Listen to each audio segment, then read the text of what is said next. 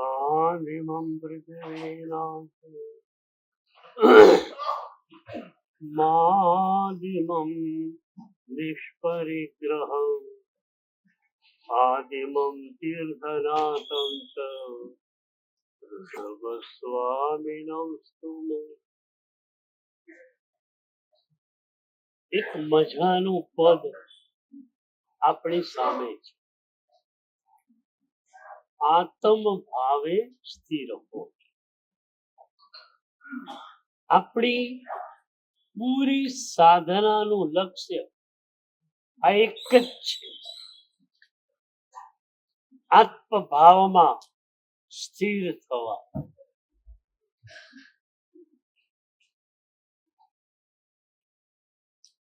એ સ્થિરતા સી રીતે મળે?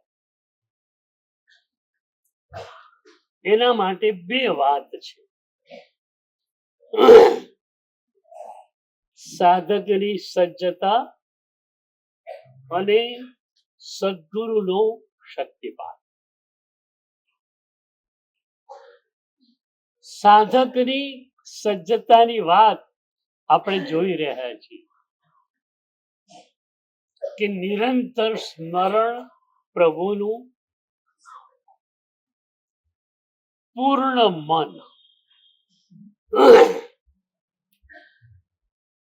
પૂર્ણ મન પૂર્ણ સબદીશ. જે ક્ષણે મન પૂર્ણ બન્યું, પૂરી દુનિયા તમને પૂર્ણ લાગે છે. અત્યારે તમને અધૂરપ લાગે છે. ક્યાં? બીજામાં. તમે તો સર્વગુણ સંપન્ન છો જ.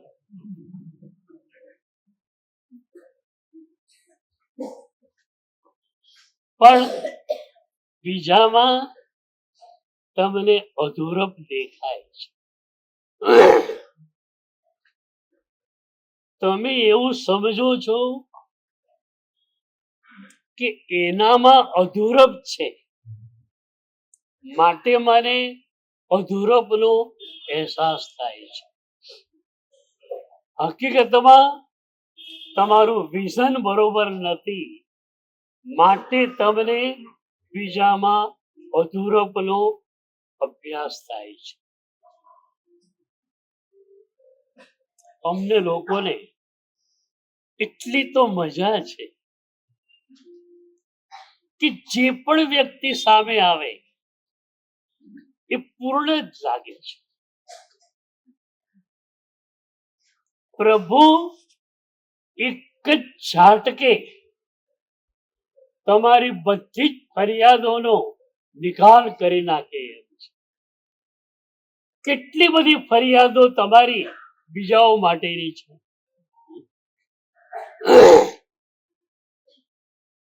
તમારામાંથી કોઈને પણ પૂછીએ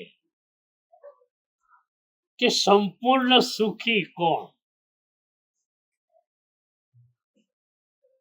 તમારી પાસે ફરિયાદો જ ફરિયાદો છે. દીકરો આવો છે, શ્રાવિકા આવી છે, ધંધામાં ઠીક નથી, બધી જ ફરિયાદો. આ બધી જ ફરિયાદોનો નિકાલ એક ઝાટકે લાવવો હોય તો પ્રભુની કૃપા જોઈએ છે. પ્રભુની કૃપા, પ્રભુના પ્રેમનું અવતરણ અને આનંદ જ આનંદ. આખી દુનિયા ફરી જાય છે. પછી કોઈ વ્યક્તિ માટે ફરિયાદ કરવા જેવું રહેતું નથી. તો પૂર્ણ મન, પ્રખર હિન્દુ સંતો નામદેવ, જ્ઞાનદેવ અને મુક્તાબાઈ યાત્રા માટે નીકળેલા. વચ્ચે એક ગામ આવતું હતું જ્યાં ગોરો કુંભાર રહેતો. ગામ એ કુંભારનું કરતા, પણ એ પ્રખર તત્વજ્ઞાની હતા.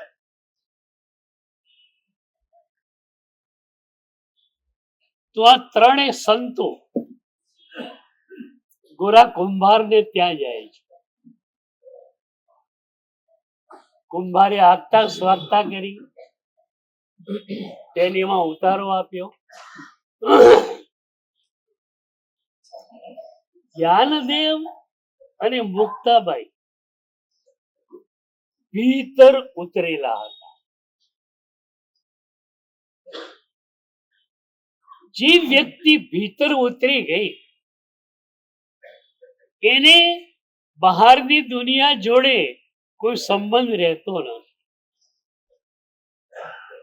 પણ નામદેવ નવદીક્ષિત હતા એટલે થોડું કુતૂહલ. કુંભારને ત્યાં પેલું ટપલું પડેલું, જેનાથી ગળાને એ લોકો ટીપે.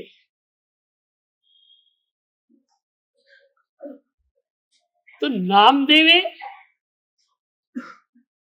ચપલાને હાથમાં લઈને પૂછ્યું ગોરા કુંભારને કે આ શું કામમાં આવે? ત્યારે ગોરા કુંભારે કહ્યું કે ઘડો પાકો છે કે કાચો એની ખબર આ ટપલાથી પડે, અને શિષ્ય પણ કાચો છે કે પાકો એની ખબર આનાથી પડે.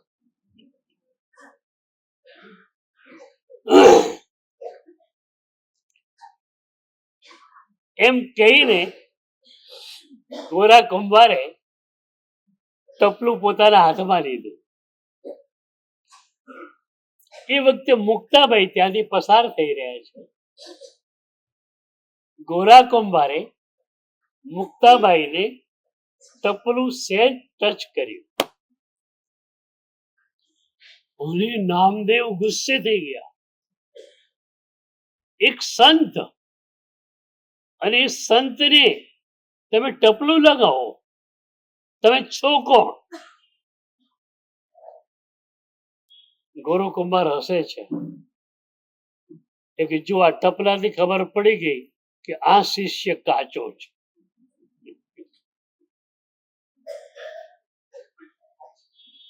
તને ગુસ્સો આવ્યો માટે તું કાચો છે, બરોબર ને?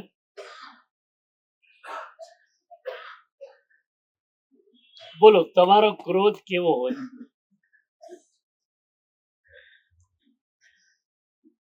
જલ રેખા જેવો ને. સંજોરન ક્રોધ એટલે કેવો? જલ રેખા. કોઈ બાલમુનિ હોય, થાળમાં પાણી ઠારેલું હોય અને એ રમત ખાતર પાણીમાં લખતા હોય, પણ આનું પાંખડું આવે ત્યાં આગળનો ભાગ તો અદૃશ્ય થઈ ગયો. તમારે પણ એવું થાય ને? આમ ગુસ્સો શરૂ થયો પછી અધવચ્ચે પૂછો કે અરે મેં શેના માટે આ ગુસ્સો શરૂ કરેલો? તમને યાદ ના હોય કે તમે શેના માટે ગુસ્સો કર્યો હતો. જલ રેખા 5 મિનિટ થઈ અને આગળનો ભાગ અદૃશ્ય થઈ ગયો. હવે આગળનો ભાગ અદૃશ્ય થઈ ગયો, તમે તરત વિચારમાં પડશો કે હું શેના માટે ગુસ્સો કરતો.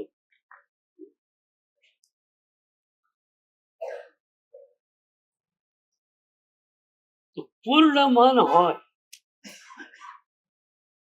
ત્યાં આવી કોઈ તકલીફ હોતી જ નથી.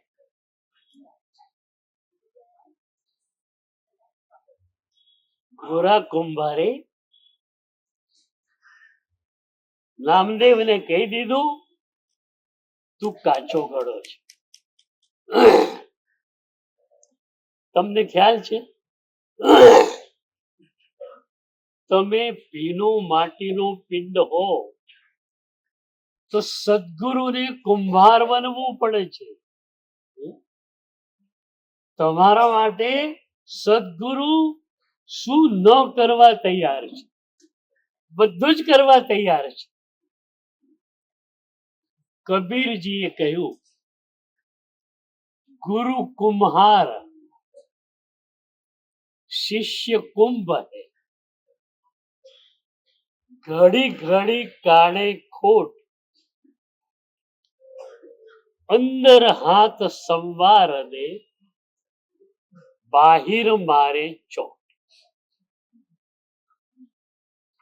સદગુરુ કુંભાર છે. તમે જો ભીનો માટીનો પિંડ હો તો શું કરશે સદગુરુ? ઘડી ઘડી કાઢે ખોટ, એક આકાર બનાવશે. ઘડાનો આકાર બની ગયો. હવે એ આકારને સુરેખ બનાવવો છે, તો એના માટે શું કરવાનું? બે વાત કરવાની. ઉપરથી ટપલું લગાવવાનું, જેના કારણે આકાર વ્યવસ્થિત થઈ જાય. પણ ભીનો માટીનો લોંદો છે,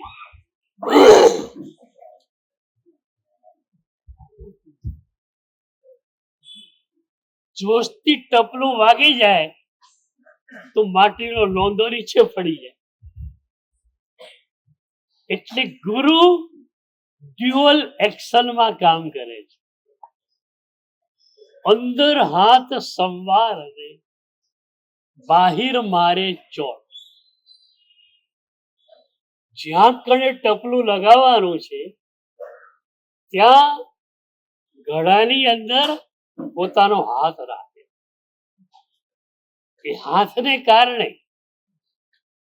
માટીનો પિંડ જે છે એ ઢળી ન પડે, અને ટપલાને કારણે એને આકાર મળે. ગુરુ પ્રેમ પણ આપે અને લાલ આંખ પણ બતાવે.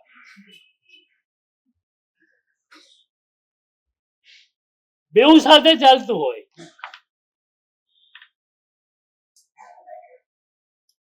ગુરુનું પુણ્ય પ્રકોપ એ શું છે?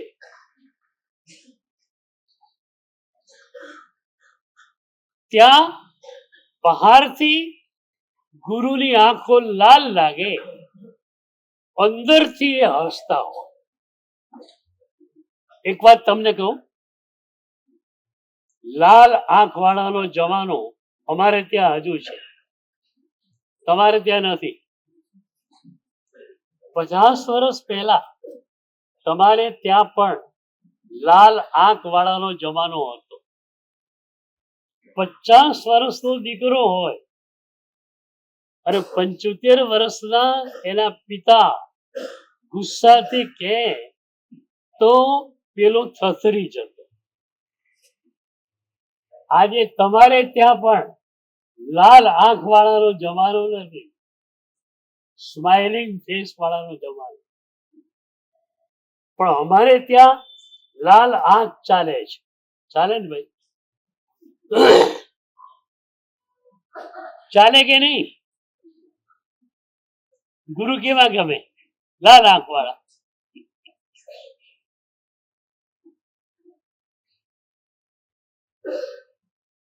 તો ગુરુનો પુણ્ય પ્રકોપ બહુ પ્યારી ઘટના છે. ભગવાન બુદ્ધ એકવાર બેઠેલા, એક શિષ્ય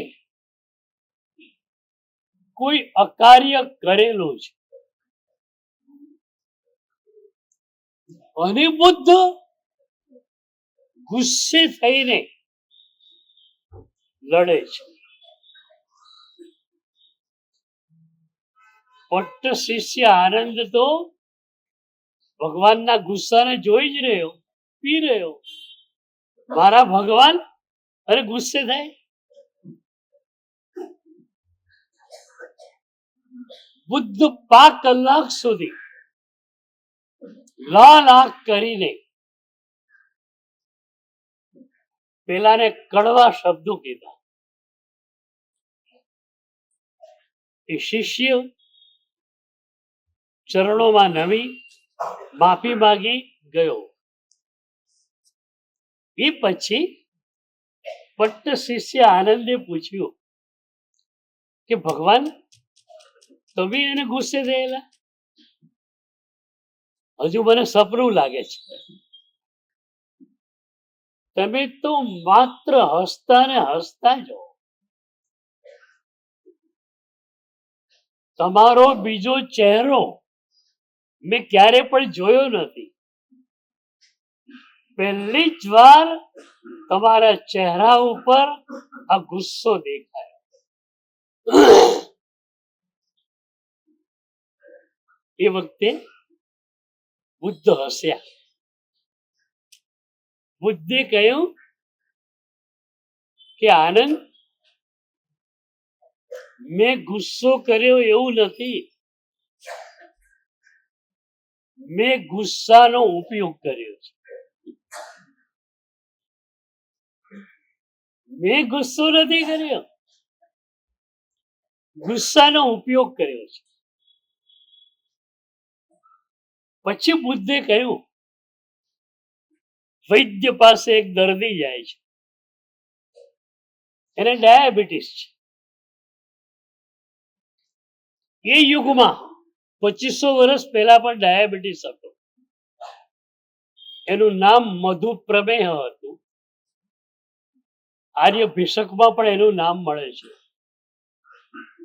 તો બુદ્ધ કહે છે કે કોઈ વ્યક્તિ દર્દી તરીકે વૈદ્યને ત્યાં જાય છે, એને ડાયાબિટીસ છે.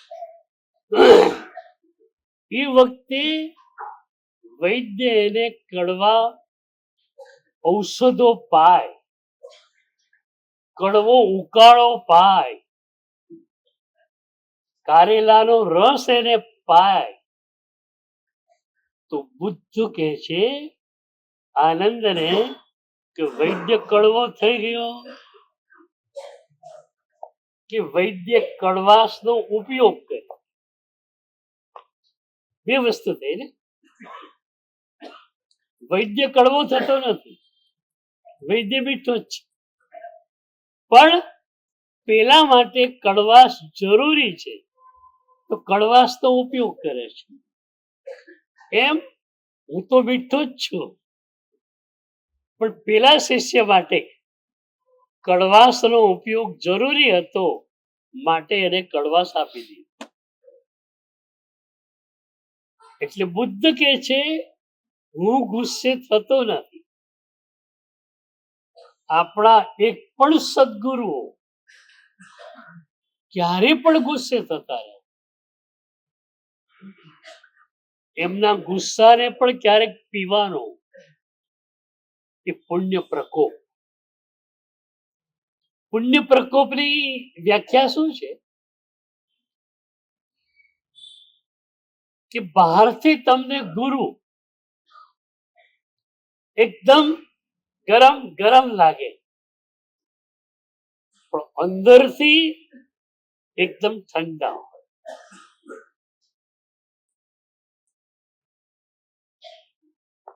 તો સદગુરુ તમારા માટે બધું જ કરવા તૈયાર છે એમ નહીં.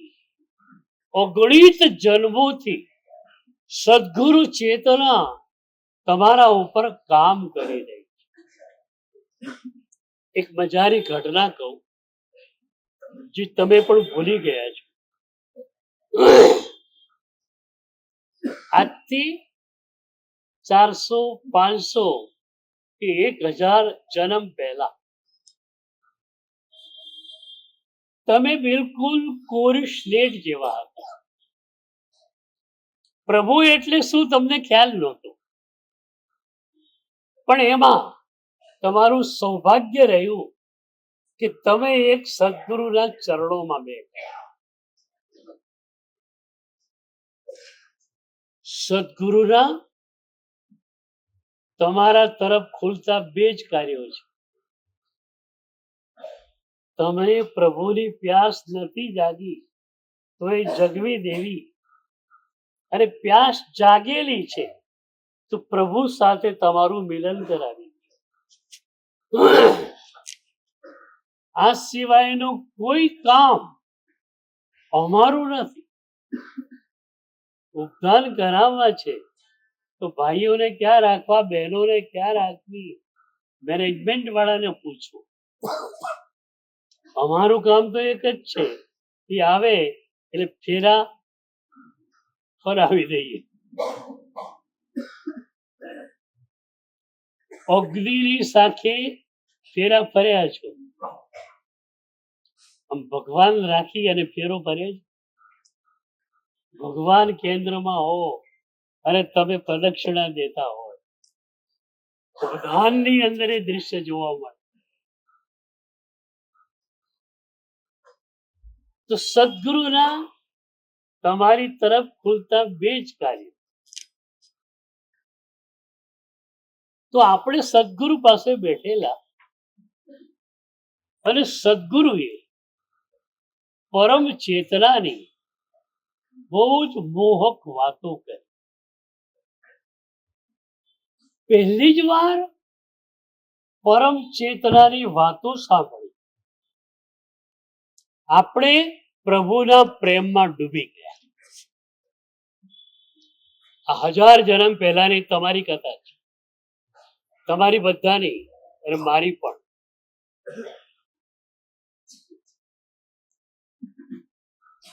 એ પ્રભુના મહિમાને સાંભળતા એટલો બધો પ્રેમ જન્મ્યો કે જે પ્રેમે, જે ભક્તિએ આપણને પ્રભુમાં ડૂબાડી દીધા.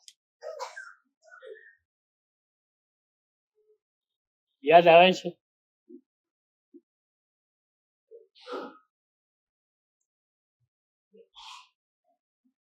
તો એ વખતે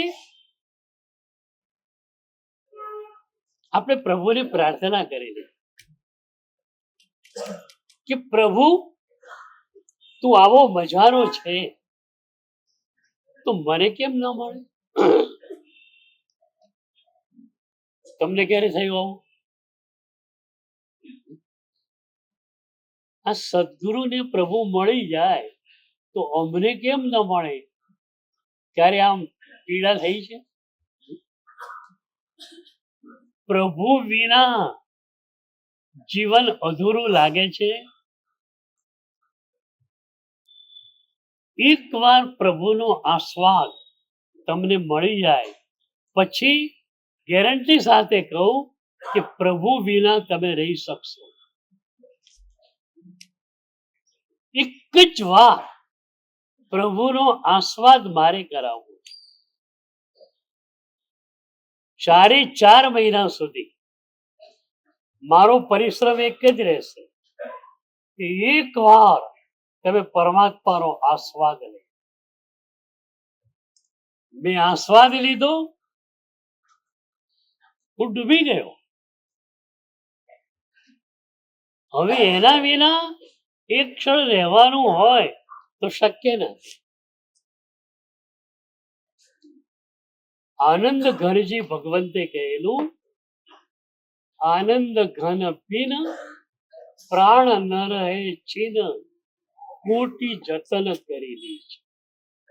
હું કરોડો ઉપાયો કરું તો પણ પ્રભુ વિના એક ક્ષણ રહી શકું એમ નથી. તો આપણે પ્રભુને પ્રાર્થના કરી કે પ્રભુ તું મને ન મળે. એક ક્ષણની આપણી પ્રાર્થના પ્રભુએ આપણને સિલેક્ટ કર્યા. સિલેક્ટ કર્યા પછી ઇનિશિયલ સ્ટેજનું કામ સદગુરુનું હતું. એટલે પરમ ચેતનાએ આપણને સદગુરુ ચેતનાને હવાલે મૂકી કે ભાઈ પ્રારંભિક સ્તરનું કામ તમે કરી લો. તો આપણા હૃદયમાં રાગ દ્વેષ અને કષાય સામ્રાજ્ય જમાવીને બેઠેલા છે. એ રાગ દ્વેષ અહંકારને શિથિલ કરવાનું કામ સદગુરુનું. સદગુરુએ અપાર મહેનત કરી આપણા ઉપર, આપણા રાગને, આપણા દ્વેષને, આપણા અહંકારને શિથિલ કરવા માંગે. અને જ્યારે એ શિથિલ થયા અને પરમાત્માનો આસ્વાદ મળ્યો, આપણે પ્રભુમાં ડૂબી ગયા. પણ ક્યારેક ક્યારેક રાગ દ્વેષનું સામ્રાજ્ય વધી જાય તો પ્રભુ છૂટી પણ જાય. અત્યાર સુધી હજારો જન્મોની અંદર આ લુકા છીપીની ચાલ ચાલુ રહી. પ્રભુ મળે પણ ખરા, પ્રભુ ત્યાં આપણે વિખૂટા પણ પડી જઈએ. હવે એવી રીતે પ્રભુ સાથે મિલન કરવું છે કે ક્યારે પણ એ મિલન છૂટે નહીં. આનંદ ઘનજી ભગવંતે કહ્યું, પહેલા જ સ્તવનની પહેલી જ પંક્તિ, રીઝ્યો સાહેબ સંગ ન પરિહર. પ્રભુ રીઝે, પણ હું જો કહું ને તો હું એમ કહું કે તમે રીઝો ને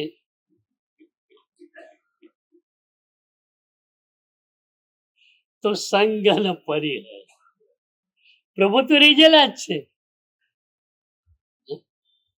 પ્રભુ રીઝા નથી એવું છે જ નહીં. પ્રભુ રીઝેલા છે. આપણે એકમાત્ર પ્રભુને મેળવવાના લક્ષ્ય સાથે આગળ ચાલે.